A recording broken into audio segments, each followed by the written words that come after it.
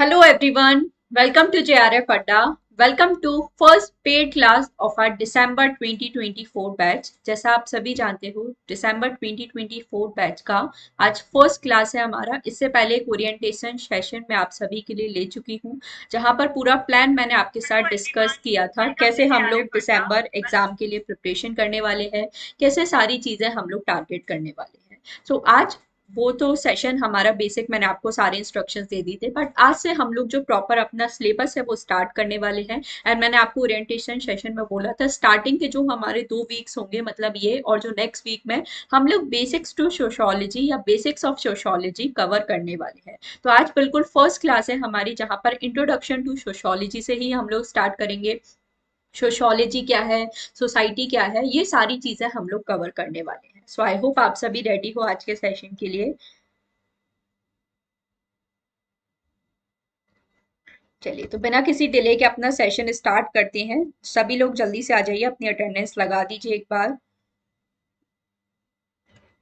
Classes सभी लोगों को लाइव अटेंड करनी है, तो प्लीज टाइमली सभी लोगों को ज्वाइन करना है। आज का सेशन हम लोग स्टार्ट कर लेते हैं। सबसे पहले अगर हम लोग बात करें, बिल्कुल बेसिक से ही शुरुआत करेंगे कि सोशियोलॉजी क्या है, समाज शास्त्र क्या है, यहीं से हम लोग शुरुआत करने वाले हैं। अगर देखो एक लाइन में अगर मैं सोशियोलॉजी को डिफाइन करूं तो इसे हम लोग स्टडी ऑफ सोसाइटी बोल सकते हैं, या फिर हम लोग सोशियोलॉजी को साइंस ऑफ सोसाइटीज भी हम लोग बोल सकते हैं। अब इसका मतलब क्या, सबसे पहले तो बात यही आती है कि मैम सोसाइटी का मतलब क्या है, वो हमें पता होना चाहिए। देखो जनरल साइंस में, अगर कॉमन सेंस लेमैन पर्सन के अकॉर्डिंग हम लोग बात करें, तो सोसाइटी आप किसी अगर जनरल पर्सन से पूछोगे तो वो यही हमें बोलेगा कि, एक second. Good morning Shashank ji, welcome to the class. बिल्कुल साथ में हम लोग ये जो जर्नी है अपनी करने वाले हैं। Thank you so much. And बिल्कुल इसी तरह की अपनी जो स्पिरिट है हाई हमें रखनी है। सो चलिए, welcome to our first class. इसी तरह से सभी को डेली लाइव क्लासेस अटेंड करनी है। तो बेसिक से ही हम लोग स्टार्ट कर लेते हैं। सोसाइटी क्या है? तो सोसाइटी अगर हम लोग लेमैन पर्सन से, अगर आप किसी जनरल पर्सन से पूछोगे तो वो हमें बोलेंगे सोसाइटी क्या है कि जहाँ पर लोग रहते हैं, हमारे प्लेस ऑफ रेसिडेंस, वो सोसाइटी को बोल सकते हैं। बट अगर हम लोग सोशोलॉजी के सेंस में बात करें तो सोसाइटी क्या है, एक ऐसा ग्रुप ऑफ पीपल है जो साथ में रहते तो है, वो तो चलो जनरल फीचर्स है ही, बट साथ में हम लोग देखते हैं उनका एक कॉमन कल्चर होता है, कुछ कॉमन बिलीफ्स एंड प्रैक्टिसेस उनके होते हैं, एक फिक्स टेरिटरी में वो लोग रहते हैं, कुछ ना कुछ गवर्नेंस उनके ऊपर हमारा होता है। साथ ही हम लोग देखते हैं कि अमाउंट ऑफ इंटरेक्शन, मतलब एक सोशल रिलेशनशिप के फॉर्म में वो लोग आपस में एक दूसरे से जुड़े हुए होते हैं। जैसे मैकाइवर की अगर हम लोग बात करें, उन्होंने एक बहुत ज्यादा फेमस डेफिनेशन दिया था। उन्होंने सोसाइटी को क्या बुलाया था? Society is a web of social relationship. मतलब यह क्या है, एक सामाजिक संबंधों का जाल है।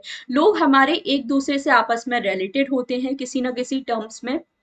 तो अगर सोशोलॉजी के सेंस में हम लोग सोसाइटी की डेफिनेशन की बात करें तो सिंपली ध्यान रखना है, इसे सिर्फ हम लोग प्लेस ऑफ रेसिडेंस, रहने की एक जगह नहीं बोलेंगे, बल्कि हम लोग सोसाइटी को एक ऐसा प्लेस बोलते हैं जहां पे लोगों का इंटरेक्शन होता है, लोग आपस में एक दूसरे से कम्युनिकेट करते हैं, उनके बीच में सोशल रिलेशनशिप हमारे फॉर्म होते हैं। और यही जो फॉर्म ऑफ सोशल रिलेशनशिप है, लोगों के बीच में किस तरह से इंटरेक्शन हो रहा है, उनका क्या कॉमन कल्चरल बैकग्राउंड है, किस तरह के बिलीफ्स एंड प्रैक्टिसेस लोग यहाँ पर फॉलो करते हैं, वही सारी चीजें हम लोग सोशोलॉजी में पढ़ते हैं। तो ये हमारा सोसाइटी का सारा पार्ट है, किस तरह से इंटरेक्शन हो रहा है लोगों का, एंड वही सारी चीजें हम लोग सोशोलॉजी में पढ़ते हैं। तो एक जनरल डेफिनेशन या एक जनरल साइंस में मैंने आपको बता दिया कि सोशोलॉजी क्या है। सबसे पहले ये चीज आपको पता होनी चाहिए।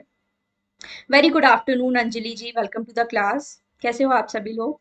एंड आप सभी लोगों के लिए मैंने एक टेलीग्राम ग्रुप भी बनाया है, तो वो अभी मैं आपको लास्ट में लिंक शेयर कर दूंगी, तो आप सब उसे भी ज्वाइन कर लीजिए प्लीज। एंड वहां पर आप सो भी अपने पेड क्लासेस से रिलेटेड जो भी सारे डाउट्स हैं वो आप लोग मुझे वहां शेयर कर सकते हो। तो अब हम लोग सोशोलॉजी अगर इस सेंस में भी देख लेते हैं, तो sociology one of the first social sciences भी कंसीडर किया जाता है। अब आप जानते हो दो तरह के साइंसेस हमारे होते हैं, एक हमारा होता है सोशल साइंस, दूसरे हमारे होते हैं फिजिकल या नेचुरल साइंसेस भी हमें बोलते हैं। नेचुरल साइंसेस वो होते हैं जहां पर काफी हद तक जो साइंटिफिक प्रिंसिपल्स हैं, या एक तरह से हम लोग बोले कि जो हमारी नॉन लिविंग जो चीजें हैं उनके बारे में हम लोग ज्यादा स्टडी करते हैं, साइंटिफिक क्या प्रिंसिपल्स फॉलो हो रहे हैं वो सब आप वहाँ पे ज्यादा पढ़ते हो। बट सोशल साइंसेस की हम लोग बात करें तो सोशल साइंसेस हमारे ऐसे साइंसेस होते हैं जहाँ पे आप ह्यूमन बींग्स को स्टडी करते हो, उनका जो बिहेवियर है उन सभी को आप स्टडी करते हो। तो सोशोलॉजी को सबसे पहले तो हम लोग एक सोशल साइंस कंसीडर करते हैं, ये चीज आपको पता होनी चाहिए। Very good afternoon Shivangi ji, welcome to the class. तो ये चीज सभी को समझ में आई। अब सोशोलॉजी वर्ड का ओरिजिन कहाँ से हुआ, ये कुछ बेसिक चीजें भी कई बार आपको पूछ ली जाती हैं, तो ये भी हमें पता होना चाहिए। सोशोलॉजी वर्ड जो है लैटिन वर्ड सोशियस से मिलकर बना है। Social Latin word socius and Greek word logy से मिलकर हमारा बना है। देखो लॉजी वर्ड जहां भी आता है उसका सिंपल मतलब होता है स्टडी ऑफ। जैसे सोशियोलॉजी है तो स्टडी ऑफ सोसाइटी, या सोशियस वर्ड का मतलब क्या होता है, कंपेनियन। लोग कैसे आपस में एक दूसरे से जुड़े हुए हैं, हमारे साथी हैं एक जैसे, वो सारी चीजें हम लोग पढ़ते हैं। लॉजी वर्ड का है मतलब होता है स्टडी ऑफ। जैसे हम लोग बोलते हैं सोशियोलॉजी है, हम लोग बोलते हैं बायोलॉजी बोलते हैं तो it is the study of biological organism. इस तरह से हम लोग एंथ्रोपोलॉजी है तो it is the study of previous societies हमारा। तो लॉजी वर्ड जहां भी आए उसका मतलब होता है स्टडी ऑफ। ये बेसिक चीज है जो आपको ध्यान रखनी है। एंड सोशल वर्ड का मतलब होता है कंपेनियन। तो ये चीज आपको पता होनी चाहिए कि सोशोलॉजी वर्ड का ओरिजिन कहाँ से हुआ, ये भी चीजें हमसे पूछ ली जाती है। तो सोशोलॉजी में अगर हम लोग बात करें, आप सोशल फिनोमिना, सामाजिक जो भी घटनाएं हैं उसको स्टडी करते हो, लोगों का क्या सोशल लाइफ है, किस तरह के इंस्टीट्यूशंस यहाँ होते हैं। अब इंस्टीट्यूशंस का मतलब यहाँ पे ये नहीं है कि आप स्कूल कॉलेजेस की बात करो, वो हमारे अलग फॉर्मल एजुकेशनल इंस्टीट्यूशन है। बट जब हम लोग सोशोलॉजी में सोशल इंस्टीट्यूशन की बात करते हैं तो जैसे हमारा फैमिली है, मैरिज है, आपका किनशिप सिस्टम है, रिलीजन है, इन सभी को हम लोग इंस्टीट्यूशंस बुलाते हैं। क्यों? क्योंकि इनका कुछ फिक्स प्रोसीजर्स वगैरह होता है, रूल्स एंड प्रोसीजर यहाँ पे होते हैं। एंड हम सभी एज अ इंडिविजुअल इनके मेंबर्स यहाँ पे होते हैं। सभी लोग इन इंस्टीट्यूशन के थ्रू आपस में कनेक्टेड होते हैं। जैसे कास्ट को सबसे स्ट्रॉन्गेस्ट इंस्टीट्यूशन माना जाता है, मैरिज हमारा एक बहुत इंपॉर्टेंट सोशल इंस्टीट्यूशन है जिसके थ्रू आप एक दूसरे से, अपने फैमिली मेंबर्स हम लोग आपस में कनेक्टेड होते हैं। तो सोशोलॉजी की जब हम लोग बात करते हैं इसमें सामाजिक घटनाएं, social life, groups, institution, association and society, ये सारी चीजें आ जाती हैं। सोशोलॉजी का स्कोप काफी ज्यादा वास्ट है, ये अभी सब हम लोग पढ़ेंगे। और यहाँ पर आप इंडिविजुअल से ग्रुप, सोशल सिस्टम, सारी चीजें कवर करते हो। मतलब सिर्फ इंडिविजुअल पर्सपेक्टिव से हम लोग नहीं पढ़ते बल्कि सोसाइटी को एज अ होल भी स्टडी करते हैं। बट ऐसा नहीं है कि इंडिविजुअल्स को कंप्लीटली इग्नोर कर दें, आप उनके बारे में भी यहाँ पर ध्यान रखते हो। तो सबसे पहले ये बेसिक सा मीनिंग है जो आपको सोशोलॉजी के बारे में पता होना चाहिए। आई होप ये आप सभी को क्लियर है। एक बार थम्स अप करके बता दीजिए सभी को सब कुछ समझ आ रहा है नहीं, आपको पढ़ाने का मतलब तरीका तो अच्छा लग रहा है, ऐसा तो नहीं कि बहुत ज्यादा फास्ट जा रहा हो या स्लो जा रहा हो। तो जो भी अपना फीडबैक है वो आप जरूर मुझे बता सकते हो, तो जिससे मुझे भी क्लैरिटी रहे एंड अगर कुछ प्रॉब्लम होगा तो उस अकॉर्डिंग हम लोग अपना मॉडिफाई भी कर सकते हैं। तो आप लोग जरूर बता दीजिए कि अभी तक आपको एक बेसिक मीनिंग समझ आया या नहीं सोशोलॉजी का, फिर हम लोग आगे कंटिन्यू करते हैं। तो नेक्स्ट चीज अगर हम लोग बात करें तो सोशोलॉजी की अगर हम लोग बात करें, ह्यूमन बिहेवियर को आप स्टडी करते हो, कैसे लोगों का आपस में इंटरेक्शन हो रहा है, कैसे संपर्क होता है लोगों का, वो सारी चीजें हम लोग पढ़ते हैं। सोशोलॉजी के काफी न्यू डिसिप्लिन है। एज अ सब्जेक्ट हमारा सोशोलॉजी बहुत रिसेंटली अभी लॉन्च हुआ है। मतलब पहले जैसे सोशोलॉजी की बात काफी टाइम ऑगस्ट कुम्प ने की थी। सोशोलॉजी के ओरिजिन की बात करें तो लगभग 19th सेंचुरी में हमारा सोशोलॉजी का ओरिजिन होता है। आप सभी जानते हो 1839 में ऑगस्ट कुम्प ने सोशोलॉजी को कॉइन किया था। But as a discipline, discipline का मतलब यहाँ पे जब हम लोग बात करते हैं तो इसका मतलब होता है subject. As a formal subject ये स्कूल्स वगैरह में सोशोलॉजी या यूनिवर्सिटीज वगैरह में बहुत रिसेंटली अभी सोशोलॉजी हमारे स्टार्ट हुआ है। तो सोशोलॉजी एज अ सब्जेक्ट हम लोग बात करें तो यहाँ पे प्योरली सिर्फ सोसाइटी या उनके लाइफ फॉर्म्स की बात नहीं होती, बल्कि यहाँ पे इकोनॉमिक एस्पेक्ट, पॉलिटिकल एस्पेक्ट है, एंथ्रोपोलॉजी, हिस्ट्री, साइकोलॉजी, ये जो सारे पर्सपेक्टिव है ना, ये भी आपके सारे ध्यान रखे जाते हैं। तो ये सब चीजें भी आपको पता होनी चाहिए।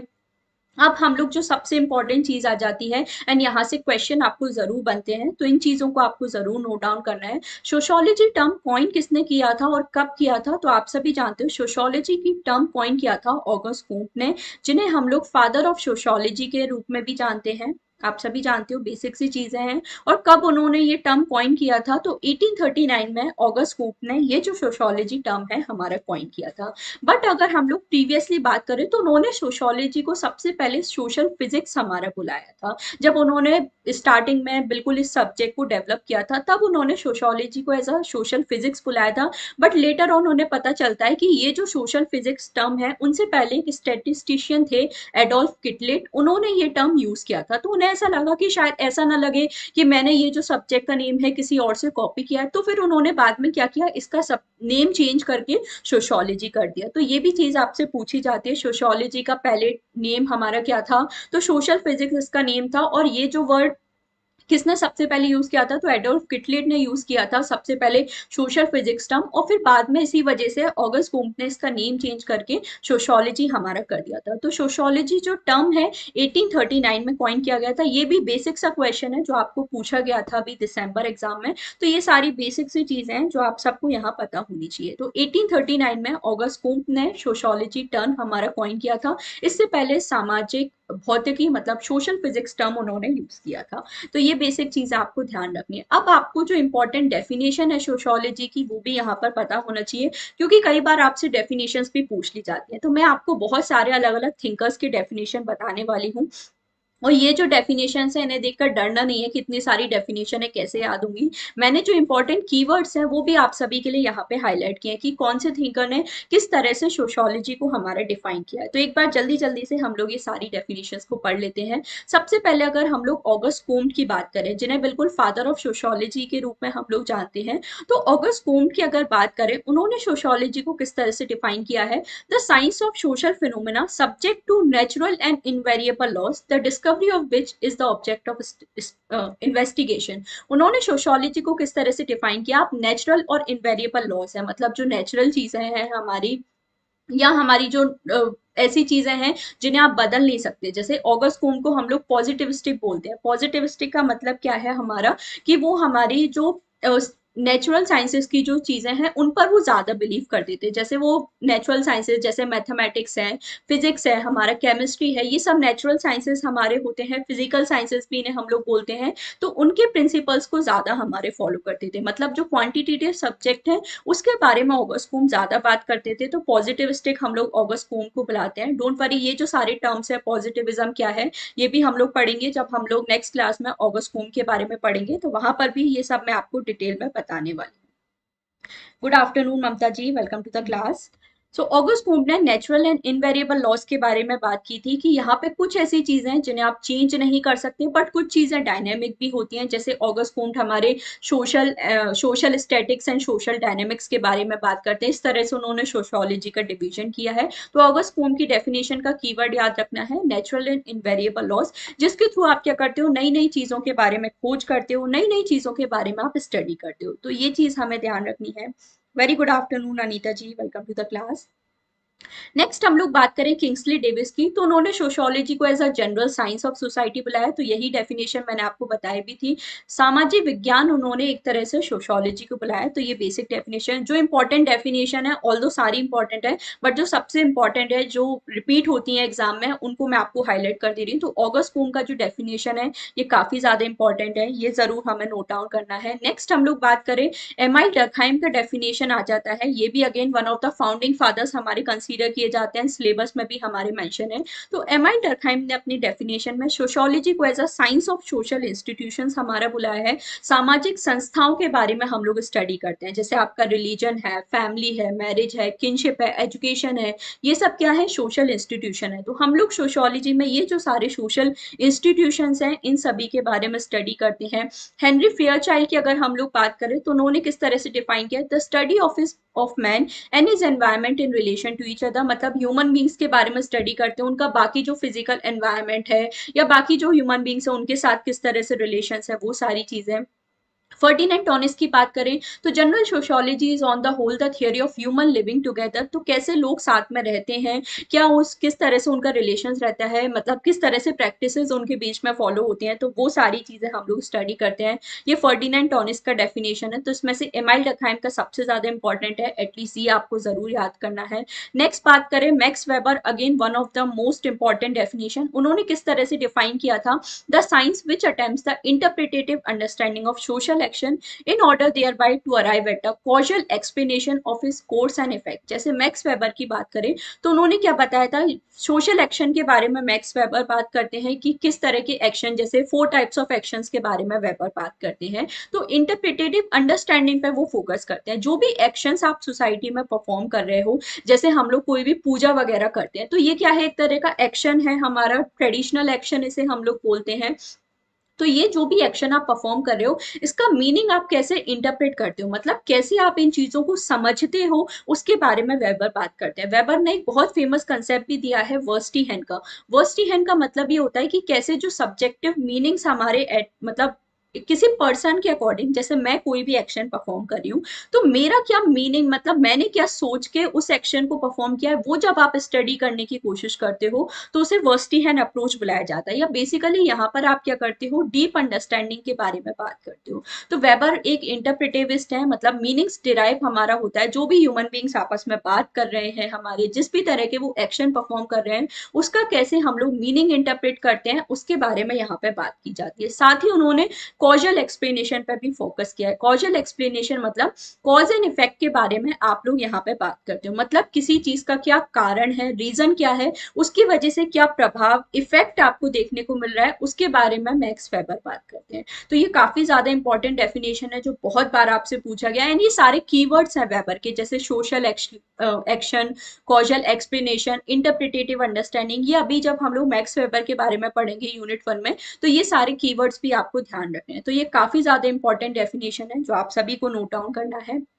नेक्स्ट बात करते हैं एलेक्स सिंकल्स की। तो उन्होंने क्या बताया, study of system of social action and inter relation. इन्होंने भी सोशल एक्शन के बारे में बात की है, बट यहाँ पे किस तरह से रिलेशंस होता है लोगों का आपस के बीच में, उसके बारे में एलेक्स सिंकल्स बात करते हैं। नेक्स्ट डेफिनेशन देखिए मॉरिस जिन्सबर्ग। ये भी कई बार हमसे पूछ लिया जाता है। तो मॉरिस जिन्सबर्ग की बात करें, उनके according society sociology is the study of human interaction and inter relation, there condition and consequences. जब लोग आपस में इंटरेक्ट करते हैं तो किस तरह के रिलेशन, किस तरह से संबंध उनके बीच में बनते हैं, उसकी क्या कंडीशन होती है, क्या स्थितियां होती हैं, और उसका क्या परिणाम, जो कॉन्सिक्वेंसेज हैं वो हमारे निकल कर आ रहे हैं। तो इसके बारे में मॉरिस जिन्सबर्ग बात करते हैं। नेक्स्ट डेफिनेशन हम लोग देखें एसएम जॉनसन का। तो उन्होंने अपनी डेफिनेशन में social group, modes of organisation, relations between group. तो अगर आपसे पूछा जाए सोशल ग्रुप्स के बारे में किसने सोशियोलॉजी के डेफिनेशन में बात की है, तो एचएम जॉनसन बात करते हैं। इनका नेम आप ध्यान रख सकते हो। इसके अलावा ये कुछ और थोड़ी हमारी लेसर कॉमन हमारी डेफिनेशन है। जैसे एल्टी हॉबाउस की बात करें तो उन्होंने इंटरेक्शन ऑफ ह्यूमन माइंड्स के बारे में बात की है।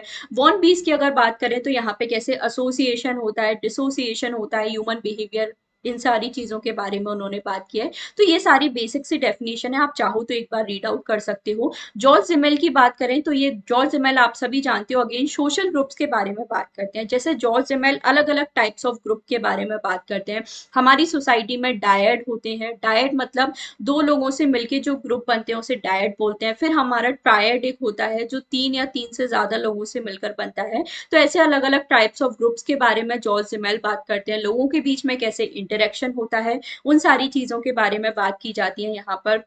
नेक्स्ट देखिए रॉबर्ट एजरा पार्क। तो उन्होंने सोशियोलॉजी को as a science of collective behaviour बुलाया। कैसे जो सोसाइटी के लोग हैं साथ में मिलते हैं, क्योंकि सोसाइटी में क्या है, सभी लोग साथ में रहते हैं, तो उनका कैसे कलेक्टिव बिहेवियर निकल कर आ रहा है, वो सारी चीजें हम लोग स्टडी करते हैं। तो ये सारी कुछ बेसिक से डेफिनेशन है। डब्ल्यू एफ ऑकबर्न, उन्होंने सोशल एथिक्स, सोशल फिलोसफी के बारे में बात की है। पित्रम सोरोकिन, सोशो कल्चरल फिनोमिना, जो हमारी सामाजिक सांस्कृतिक घटनाएं होती हैं सोसाइटी में, उसके बारे में हमारी बात की है। तो ये सारी कुछ बेसिक डेफिनेशन है जो आई होप आपको ध्यान रखनी है। एक बार सभी लोग मुझे जल्दी से थम्स अप करके बता दो कि आपको यहाँ तक क्लियर है। एंड प्लीज सभी लोग इंटरेक्ट किया करो, अगर मैंने आपको बोला है कि क्लियर है या नहीं तो एटलीस्ट सभी लोग मुझे बताया करो, क्योंकि ये ऑफलाइन क्लास तो है नहीं कि मैं आपको डायरेक्टली देख सकूं। तो एटलीस्ट रिप्लाई जरूर करना है सभी को कि आप लोग को सारी चीजें समझ में आ रही नहीं, कोई भी डाउट है, कंफ्यूजन है किसी भी पॉइंट पर, तो आप लोग मुझे जरूर पूछ सकते हो।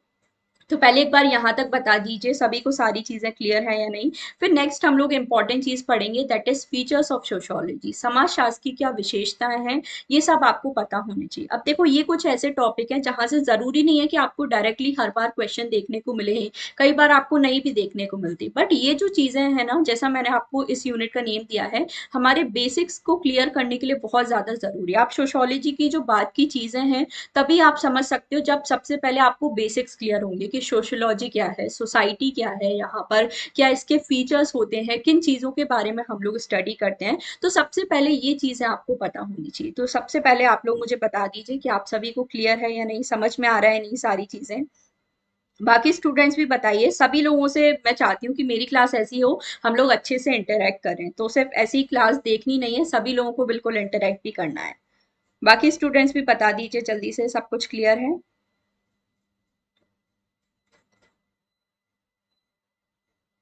चलिए, तो नेक्स्ट हम लोग स्टार्ट करते हैं। सोशियोलॉजी के क्या फीचर्स हैं, क्या विशेषताएं हैं समाजशास्त्र की, वो हम लोग पढ़ते हैं। सोशियोलॉजी क्या है? इंडिपेंडेंट साइंस है हमारा, मतलब एक स्वतंत्र विज्ञान है। यहाँ पर क्या है, ऐसा नहीं होगा कि सोशियोलॉजी किसी एक सब्जेक्ट का पार्ट है हमारा या डिसिप्लिन का पार्ट है। सोशियोलॉजी इंडिपेंडेंट साइंस है, मतलब अपने आप में एक साइंस है, इसका अपना फील्ड ऑफ स्टडी है। मतलब सोशियोलॉजी का एक पर्टिकुलर स्कोप है कि ये सारी चीजें हम लोग स्टडी करते हैं, एक बाउंड्री है सोशियोलॉजी का। और यहाँ पे पर्टिकुलर मेथड भी है सोशियोलॉजी का स्टडी करने का। तो सबसे पहला फीचर यही है सोशियोलॉजी का, कि सोशियोलॉजी क्या है, एक इंडिपेंडेंट साइंस है, स्वतंत्र विज्ञान है। मतलब ये किसी किसी सब्जेक्ट का ब्रांच नहीं है या पार्ट नहीं है, बल्कि अपने आप में एक अलग डिसिप्लिन है, सब्जेक्ट है। तो ये चीज हमें पता होनी चाहिए। सेकेंड फीचर हम लोग देखें, सोशियोलॉजी क्या है, एक सोशल साइंस है, फिजिकल साइंस नहीं है हमारा। यही चीज मैंने आपको बताया था, सामाजिक विज्ञान है, भौतिक विज्ञान नहीं है। अब सोशल साइंस और फिजिकल साइंस में डिफरेंस क्या होता है? जैसे फिजिकल साइंस की हम लोग बात करें तो फिजिकल साइंस में आपके फिजिक्स, केमिस्ट्री, ये सारी चीजें आएंगी।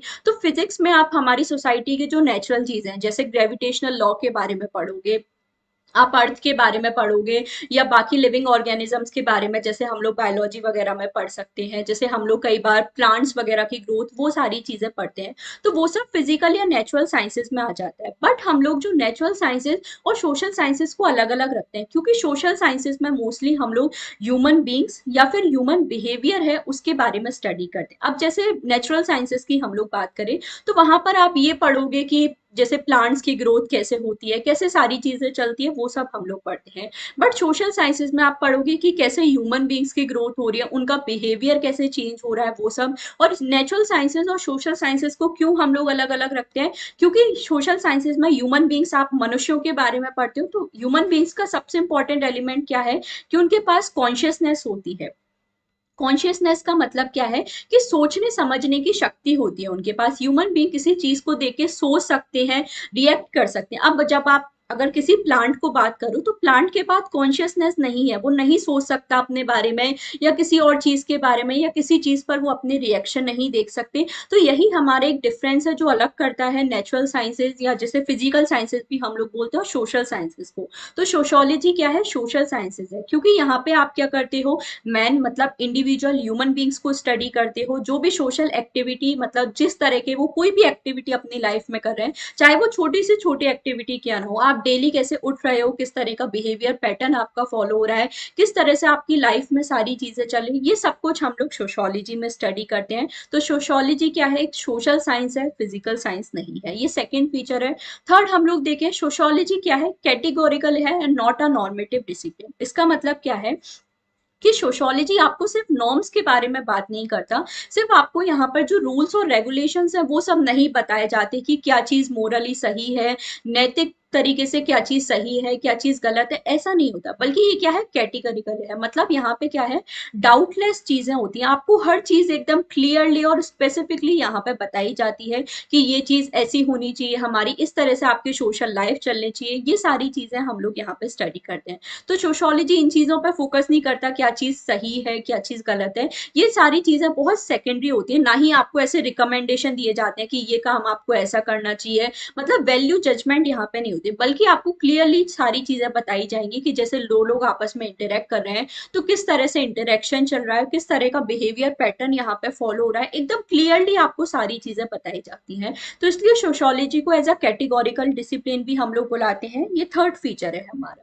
नेक्स्ट हम लोग बात करें, सोशोलॉजी क्या है, प्योर साइंस है, अप्लाइड साइंस नहीं है। अब अगर आपने थोड़ा बहुत भी रिसर्च पढ़ा है तो उसमें हम लोग प्योर रिसर्च और अप्लाइड रिसर्च के बारे में बात करते हैं। तो प्योर रिसर्च या प्योर साइंसेस क्या होते हैं, जहां पे आप बेसिकली नॉलेज गेन करने के बारे में बात करते हो, या फिर नॉलेज फॉर्मुलेशन के बारे में यहाँ पर बात करते हैं। और अप्लाइड साइंस में क्या होता है, आप यहाँ पर बेसिकली प्रॉब्लम सॉल्विंग के बारे में बात करते हो। तो सोशोलॉजी में हम लोग, सोशोलॉजी एक अप्लाइड साइंस नहीं है। इसका मतलब क्या है कि आप यहाँ पे प्रॉब्लम सॉल्व करने पे ज्यादा बात नहीं करते हो कि क्या हमारी सोसाइटी में जो भी सिचुएशन है कैसे हम लोग सॉल्व कर सकते हैं, कैसे सुधार कर सकते हैं। उससे ज्यादा आप यहाँ पे नॉलेज गेन करने के बारे में बात करते हो कि जो भी सोसाइटी में इवेंट हो रहा है उसका क्या इम्पैक्ट लोगों पे पड़ रहा है। तो ये जो नॉलेज है ना, उस पर आपका ज्यादा फोकस हमारा होता है। तो सोशियोलॉजी क्या है, एक प्योर साइंस है हमारा और अप्लाइड साइंस नहीं है। ये भी एक इंपॉर्टेंट फीचर है जो ध्यान रखना है। सोशियोलॉजी क्या है, मोस्टली एब्स्ट्रैक्ट है, कॉन्क्रीट साइंस नहीं है। इसका मतलब क्या है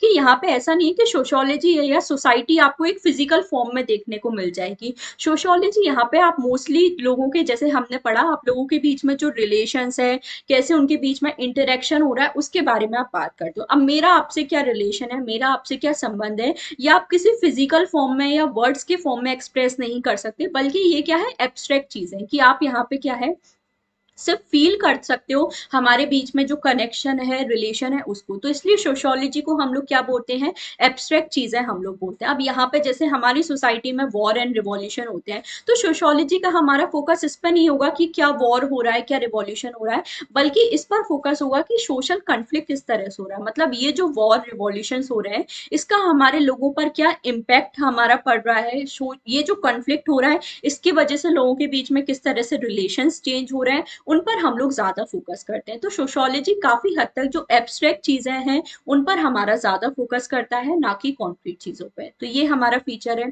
नेक्स्ट हम लोग देखते हैं, sociology is not based on particular subject और individual but is a general science. Sociology में हम बहुत ज्यादा ऐसा नहीं है कि सिर्फ एक ही इंडिविजुअल या एक ही सोसाइटी के बारे में बात करें, बट आप जनरली बात करते हो कि पूरी जो सोसाइटी है हमारी, उसमें किस तरह से लोगों के बीच में इंटरेक्शन हो रहा है, किस तरह से स्ट्रक्चर है हमारी सोसाइटी का, कैसे जो अलग अलग इवेंट्स हैं वो सारे हमारे हो रहे हैं। तो इस पर हम लोग ज्यादा फोकस करते हैं। तो सोशियोलॉजी क्या है, जनरल साइंस है हमारा। काफी हद तक जो मैक्रो पर्सपेक्टिव है वो फॉलो किया जाता है। देखो दो चीजें होती है, कुछ बेसिक टर्म्स भी मैं आपको बता रही हूँ जो आपको थ्रू आउट द अपने सिलेबस में ध्यान रखना है। एक हमारा होता है माइक्रो पर्सपेक्टिव, एक होता है मैक्रो पर्सपेक्टिव। माइक्रो पर्सपेक्टिव क्या है, जब आप एक सिंगल इंडिविजुअल के पर्सपेक्टिव से चीजों को पढ़ रहे हो, समझने की कोशिश कर रहे हो, तो उसे हम लोग क्या बोलेंगे, माइक्रो पर्सपेक्टिव हम लोग बोलते हैं। दूसरा हम लोग बात करें मैक्रो पर्सपेक्टिव, क्या होता है, जब आप एज अ होल चीजों को स्टडी करने की कोशिश करते हो, तो उसे हम लोग क्या बोलेंगे, मैक्रो पर्सपेक्टिव बोलेंगे।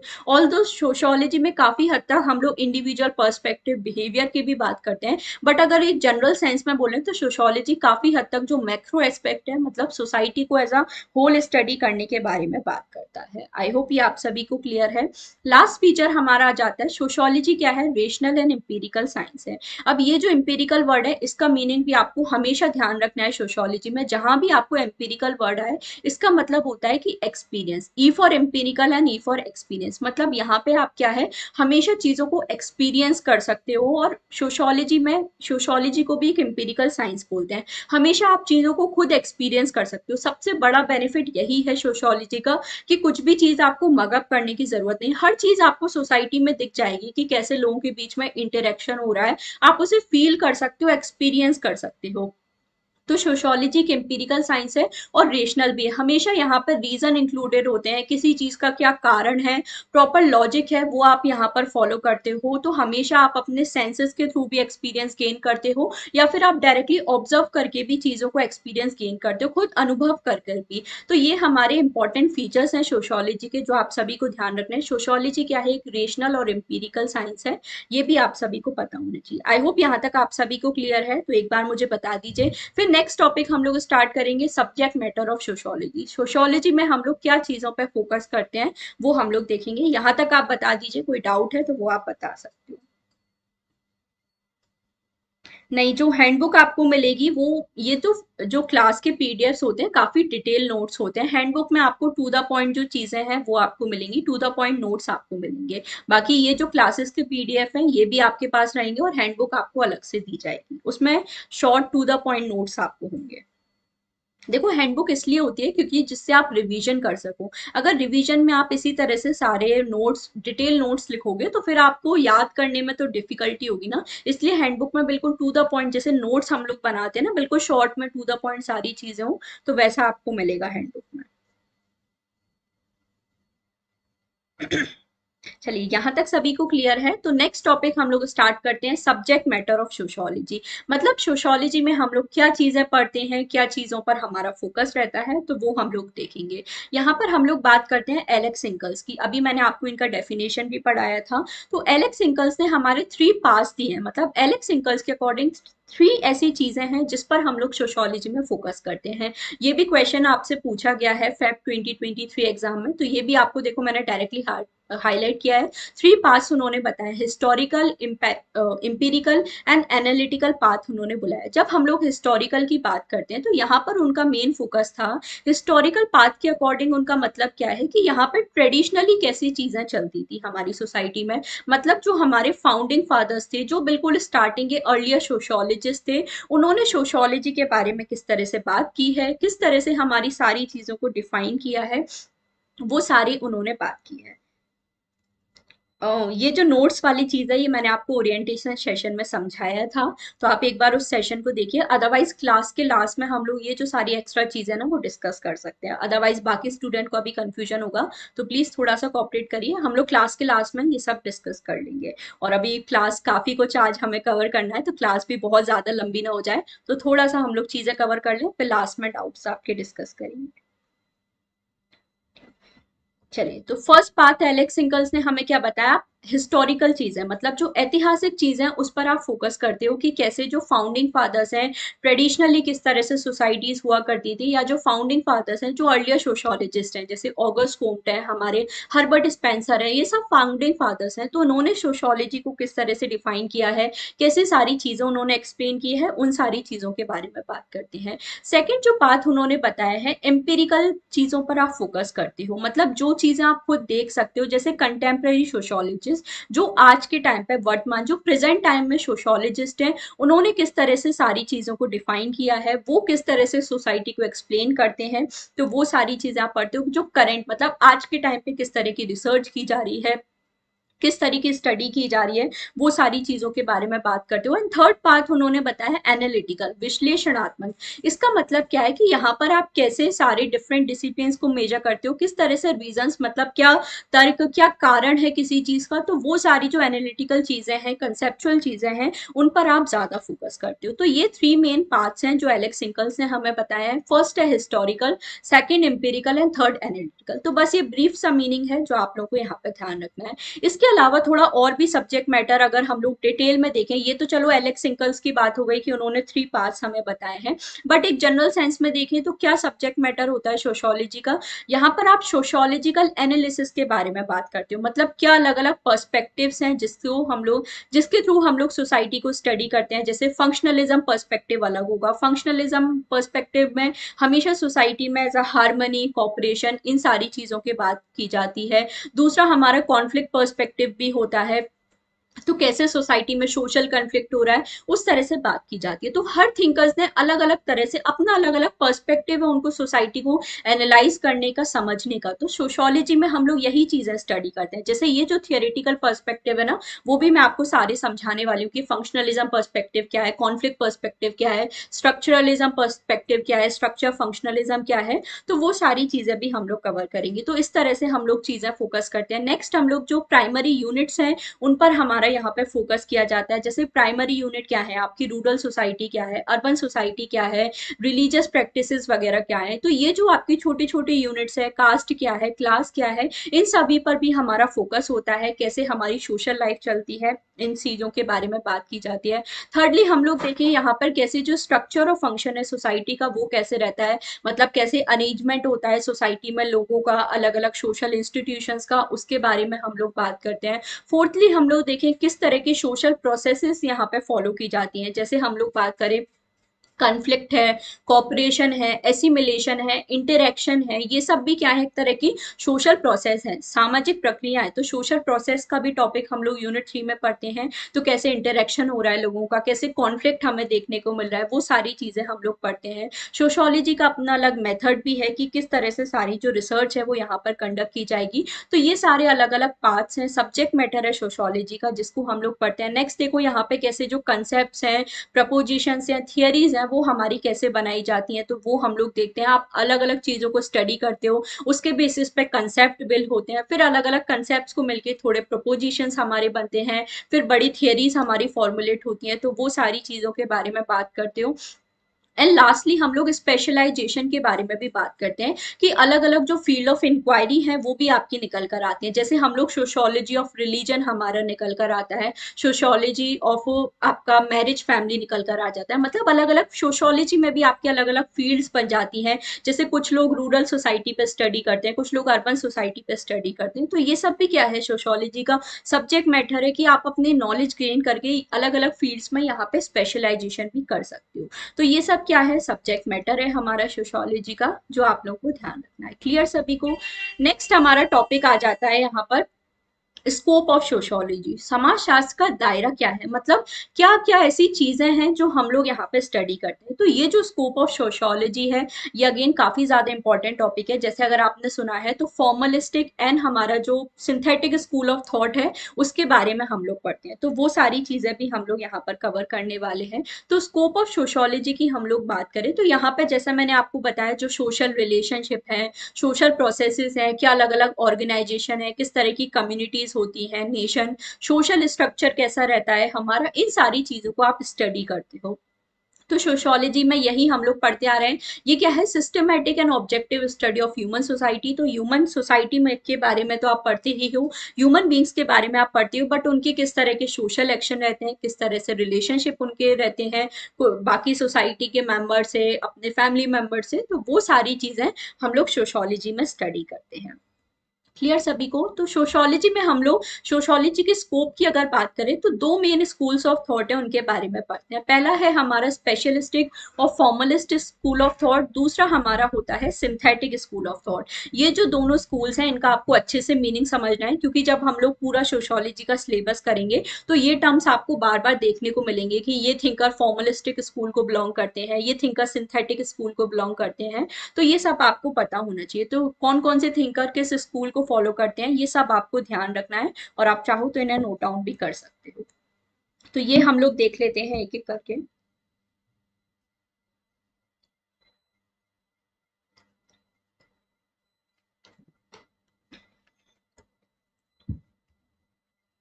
तो सबसे पहले अगर हम लोग स्पेशलिस्टिक या फॉर्मलिस्टिक स्कूल ऑफ थॉट की बात करें, और दूसरा हमारा है सिंथेटिक स्कूल। तो नंबर वन चीज तो आपको ये ध्यान रखनी है, जब हम लोग स्पेशलिस्टिक या फॉर्मलिस्टिक या सिंथेटिक स्कूल की बात करते हैं, तो स्कूल यहाँ पे लिखा हुआ है, बट स्कूल यहाँ पे ऐसा नहीं कि कोई फिजिकल फॉर्म हो या कोई यूनिवर्सिटी या कॉलेज हो। स्कूल ऑफ थॉट इसे बुलाया जाता है। मतलब क्या है, लोगों की एक तरह से पर्टिकुलर आइडियोलॉजी है, विचारधारा है, किसी पर्टिकुलर तरह से चीजों के बारे में सोचने की। जैसे जो फॉर्मलिस्टिक स्कूल के थिंकर हैं, उनका एक पर्टिकुलर आइडियोलॉजी है, विचारधारा है, वो उस तरह से चीजों को सोचते हैं। बट जो सिंथेटिक स्कूल के थिंकर हैं, वो अलग तरह से सारी चीजों को सोचेंगे, तो वो उसके बारे में बात करते हैं। तो ये चीजें हम लोग देख लेते हैं। सबसे पहले देखो, स्पेशलिस्टिक या फॉर्मलिस्टिक स्कूल की बात करें तो जैसा मैंने बोला, जो थिंकर्स का नेम है वो आपको यहाँ पे याद रखना जरूरी है, क्योंकि ये चीजें आपसे पूछ ली जाती हैं। सबसे पहले यहाँ पर जॉर्ज सिमेल का नेम आता है, और जॉर्ज सिमेल के बारे में इंपॉर्टेंट फैक्ट है जो आपको नोट डाउन कर लेना है। इन्हें चैंपियन ऑफ फॉर्मल सोशियोलॉजी भी बोला जाता है। काफी अच्छा जो काम है फॉर्मल सोशियोलॉजी में जॉर्ज सिमेल ने किया है, तो ये चीज हमें पता होनी चाहिए। चैंपियन ऑफ फॉर्मल सोशियोलॉजी हम लोग किसे बोलते हैं, जॉर्ज सिमेल को बोलते हैं। तो इनका नेम आपको जरूर ध्यान रखना है। इसके अलावा Vierkandt, Max Weber, Albion Small, von Wiese and Ferdinand Tonnies, ये भी कुछ इंपॉर्टेंट थिंकर्स हैं जो फॉर्मलिस्टिक स्कूल के बारे में बात करते हैं। अब ये तो थिंकर्स हो गए, बट फॉर्मलिस्टिक स्कूल का मतलब क्या होता है। तो फॉर्मलिस्टिक स्कूल या स्पेशलिस्टिक स्कूल भी जैसे हम लोग बोलते हैं, इसका सिंपल सा मीनिंग है, ये ये जो हमारा स्कूल ऑफ थॉट है, सोशियोलॉजी को as a pure and independent science हमारा कंसीडर करता है। मतलब ये ऐसा स्कूल ऑफ थॉट है, वो ये मानते हैं कि सोशियोलॉजी का जो सब्जेक्ट मैटर होगा ना, वो प्योरली सोशियोलॉजी का ही होगा। मतलब सोशियोलॉजी में सिर्फ हम लोग यहाँ पे सोसाइटी को एज अ होल हम लोग यहाँ पे स्टडी नहीं करेंगे, बट जो सोशियोलॉजी का स्कोप है बहुत लिमिटेड रहेगा कि सिर्फ यहाँ पर आप सोसाइटी में किस तरह के सोशल रिलेशनशिप रहते हैं उनके बारे में ही स्टडी करोगे। सोशियोलॉजी में आप सिर्फ सोसाइटी या उससे रिलेटेड जो चीजें हैं उसी के बारे में बात करोगे। बट हम लोग बात करें यहाँ पर, आप बाकी जो डिसिप्लिन है ना उसका सब्जेक्ट मैटर इंक्लूड नहीं करोगे। जैसे जो फॉर्मलिस्टिक स्कूल के थिंकर हैं, उनके अकॉर्डिंग सोशियोलॉजी में प्योरली सिर्फ सोशियोलॉजी की ही बात होगी। यहाँ पर आप इकोनॉमिक्स की कोई बात नहीं करोगे, यहाँ पर आप पॉलिटिक्स की मतलब पॉल साइंस की, पॉलिटिकल साइंस की कोई बात नहीं करोगे यहाँ पर। तो ऐसा ये जो हमारे फॉर्मलिस्टिक स्कूल के थिंकर है ना वो मानते थे। तो फॉर्मलिस्टिक स्कूल का सिंपल मतलब है, ये जो थिंकर्स जो इस स्कूल ऑफ थॉट से हमारे रिलेटेड है, उनका ये मानना था कि सोशियोलॉजी को एज अ प्योर और इंडिपेंडेंट सब्जेक्ट हमें ट्रीट करना चाहिए। मतलब सोशियोलॉजी का जो सब्जेक्ट मैटर है प्योरली सोसाइटी, लोगों का सोशल रिलेशनशिप, सिर्फ इसी चीजों के बारे में हम लोग बात करेंगे।